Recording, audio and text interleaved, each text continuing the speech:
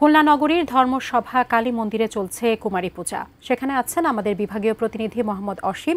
বিস্তারিত জানতে সরাসরি যুক্ত হচ্ছি তার সঙ্গে। অসীম, কুমারী পূজায় ভক্তদের উপস্থিতি কেমন দেখতে পাচ্ছেন বা সার্বিক আনুষ্ঠানিকতা আমাদেরকে জানাবেন।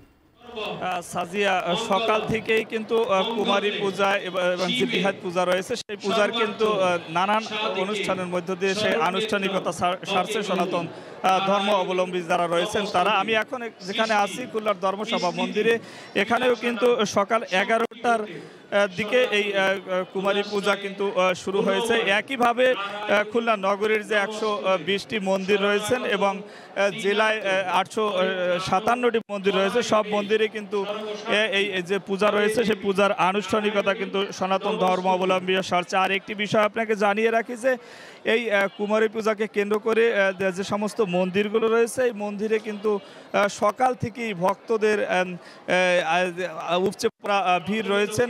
ভক্তরা আসছেন, তাদের যে অঞ্জলি তারা কিন্তু সেটি প্রদান করছেন।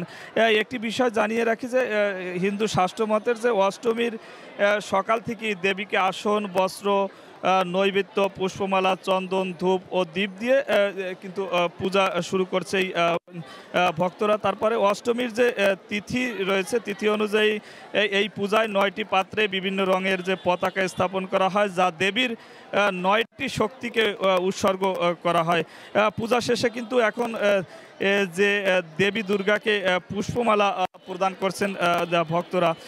আসলে এই অষ্টমী পূজা শেষে সন্ধি পূজার মধ্য দিয়ে, অর্থাৎ সন্ধ্যায় কিন্তু সন্ধি পূজা রয়েছে, এই সন্ধি পূজার মধ্য দিয়ে এই আজকের যে অষ্টমী পূজা, এই অষ্টমী পূজা এবং নবমী তিথির সন্ধিক্ষণে এই পূজা কিন্তু অনুষ্ঠিত হবে। আর আমরা দেখছি যে আজকে সকাল থেকেই ভক্তদের আনাগোনায় একেবারেই মন্দিরগুলো মুখর রয়েছেন।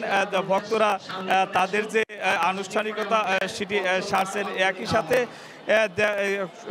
আপনাকে সাজিয়া জানিয়ে রাখি যে এই যে ভক্তের আনাগোনায় উৎসব মুখর পরিবেশ খুলনা নগর এবং জেলা জুড়ে কিন্তু বইছে। আসলে আমার কাছে সব মিলে এই ছিল খুলনার ধর্মসভা মন্দির থেকে অষ্টমী পূজার সর্বশেষ খবর।